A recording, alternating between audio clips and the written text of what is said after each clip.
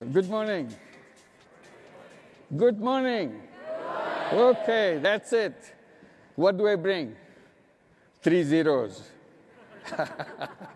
Very simple. You still remember the 3 zeros, don't you?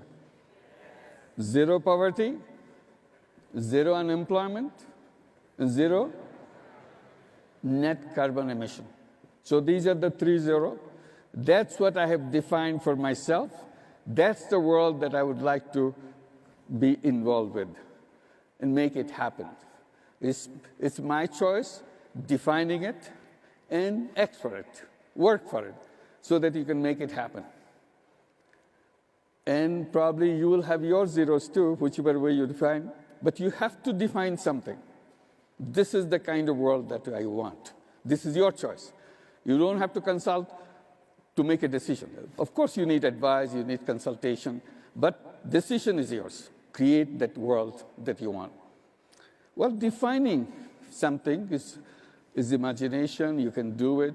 It's a very exciting experience, but at the same time, it's easier part of the whole job. Then you have to make it work, make it happen. How do you make it happen? How do you make zero poverty make it happen?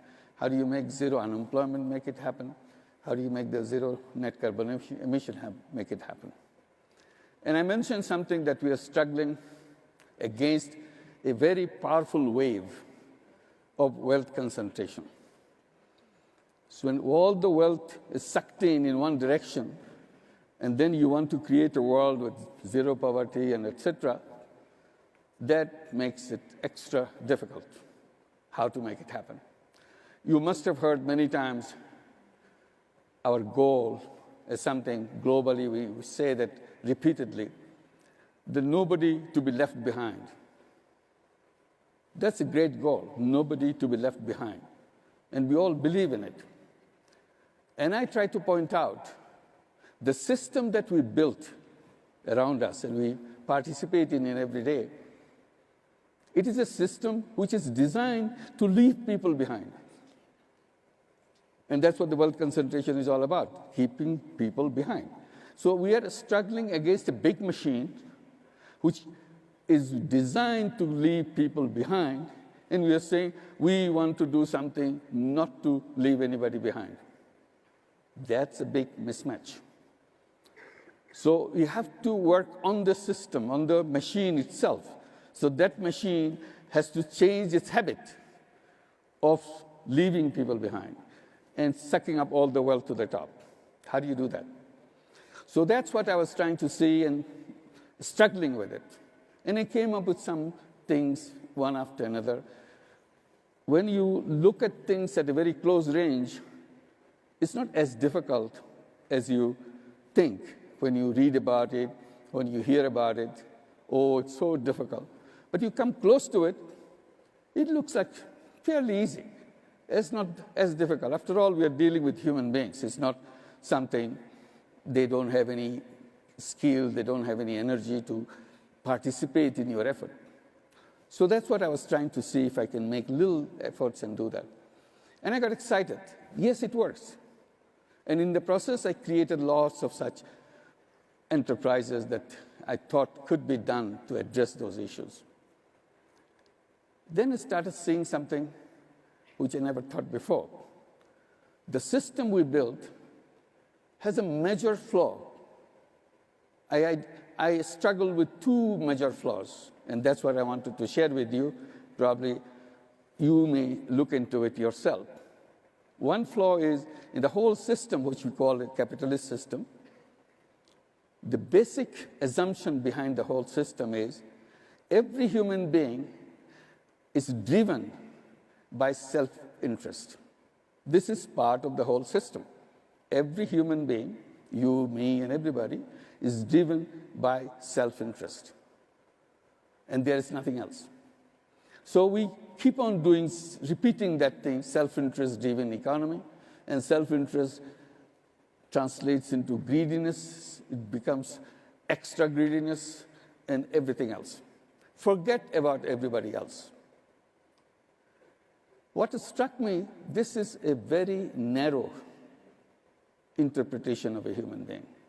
Human beings are not about all selfishness. Human being is a combination, at least, of selfishness and selflessness. That selflessness is missed out.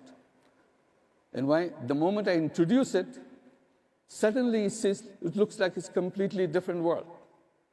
And that's the kind of thing I was doing without knowing what I was doing, creating business to solve problem without any intention of making money for myself.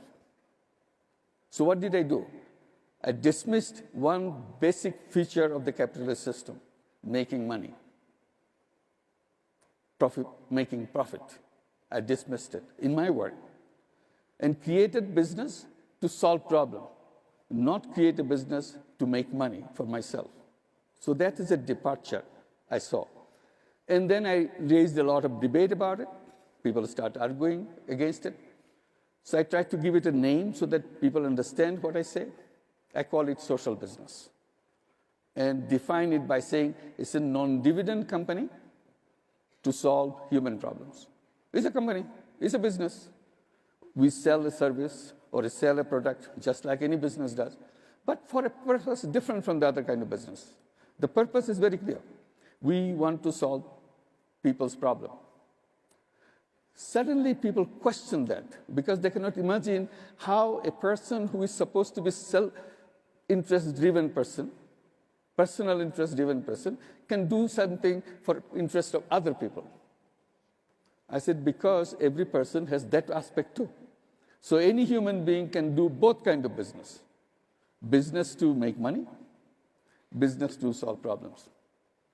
The moment you introduce that part of human being, whole capitalist system appears completely different.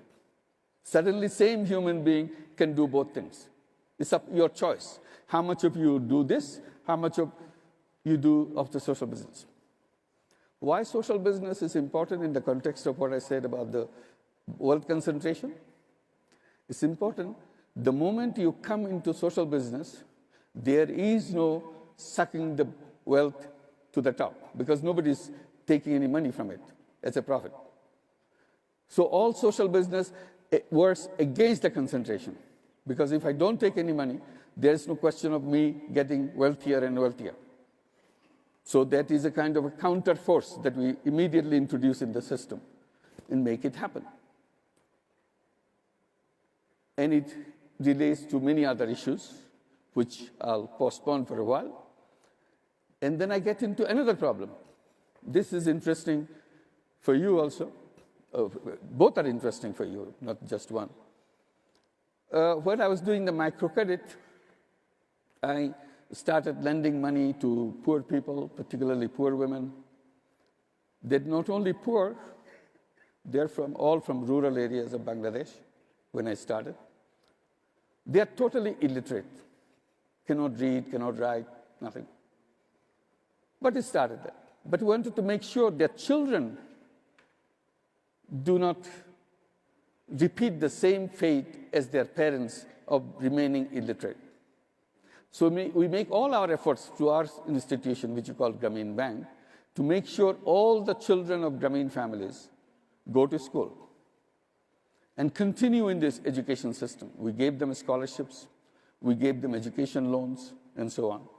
There is one person who is attending today, is one of those young people who her mother was a Grameen Bank borrower, and we helped her mother to send her to school, and later she got scholarships and so on, got to good college with a scholarship.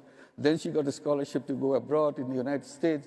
She got her degree in the United States. Today she is appearing here. Can you please stand up? Where are you? Yeah. Let's give a big applause for her. Thank you.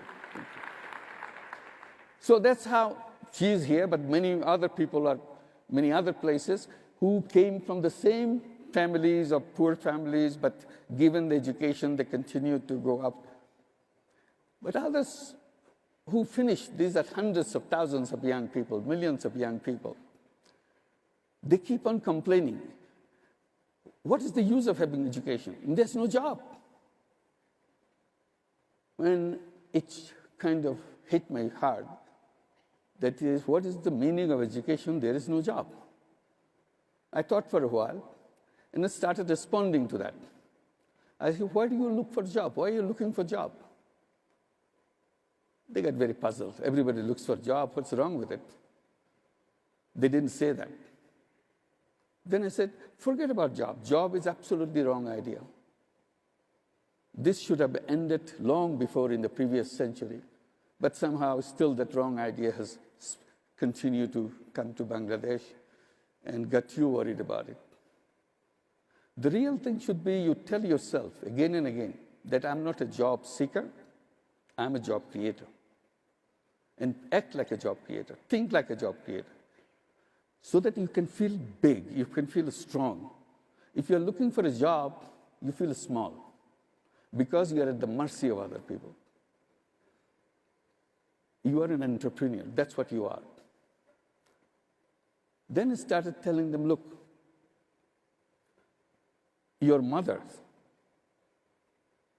20 years back, 30 years back, she had the courage to go to the bank to say that I want to join your program. I want to borrow money from you. And she made that decision and took a loan after a long debate and this kind of hesitation, should I or shouldn't I? She took the loan, $30, $40. And with that money, she didn't start applying for jobs. She started a business, very tiny little business. And that was her beginning. And year after year, she took more loans, paid up on loan, bought another loan. And she grew, and along the way, you are born. You are coming from a family which already has a tradition of entrepreneurship. If your illiterate mother with a $30 loan can become an entrepreneur, what's wrong with your education system? They completely wiped off your idea that you can be an entrepreneur. So why don't you just forget about your education, the one that given the wrong thinking in your head that you have to find a job for somebody, to work for somebody else. Why don't you go and learn from your mother and become an entrepreneur? So what we do, we create social business, social venture capital, ask the young people to come up with business ideas, and we become partner with them. So today, thousands and thousands of all these young people come with business ideas, and we keep on investing in their businesses and make them become entrepreneurs so that they forget about seeking a job. In general, I keep saying, this is another flaw of the capitalist system. They made us into thinking that only way we can survive is to have a job. I said, job was never in our history, ever since we are on this planet. When we were in the caves, we are not sending job applications. From cave number 5 to cave number 10, do you have a job for me? I'm unemployed.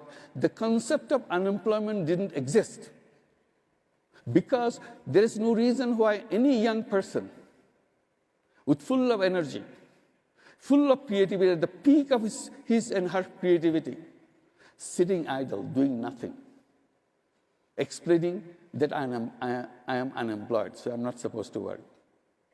Does it make sense? It doesn't make sense to me why anybody should sit idle. As if somebody has put a spell on this person, almost like a Harry Potter story, put a spell. There is the only place that the spell comes from is our idea, is our concept that I am supposed to be sitting idle because nobody is giving me a job. Why don't you go and do something? Because system is designed for seeking job, not for being entrepreneur. I say all human beings are born as entrepreneurs.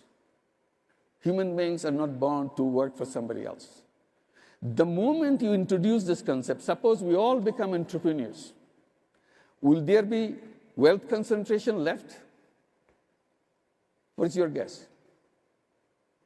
It won't. Because wealth will come to me, will come to you, will come to everybody because we are entrepreneurs. Today, as job seekers, as working for somebody, what did we become? We became mercenaries for other people to make money through us. We don't make money, they make the money.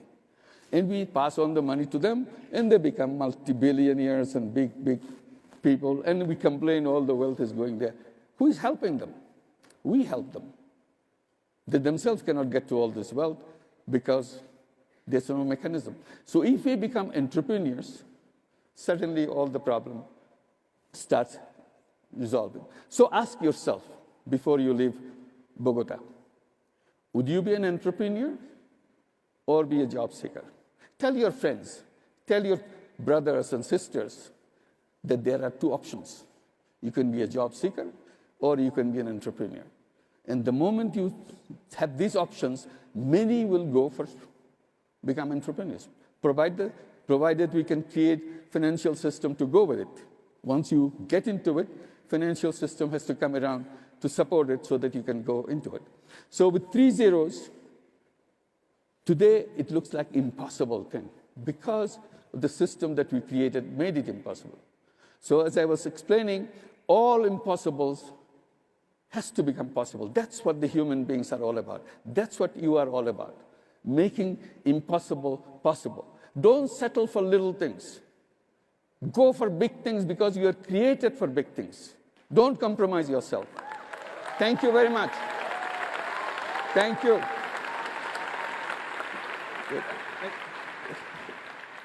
Professor Yunus,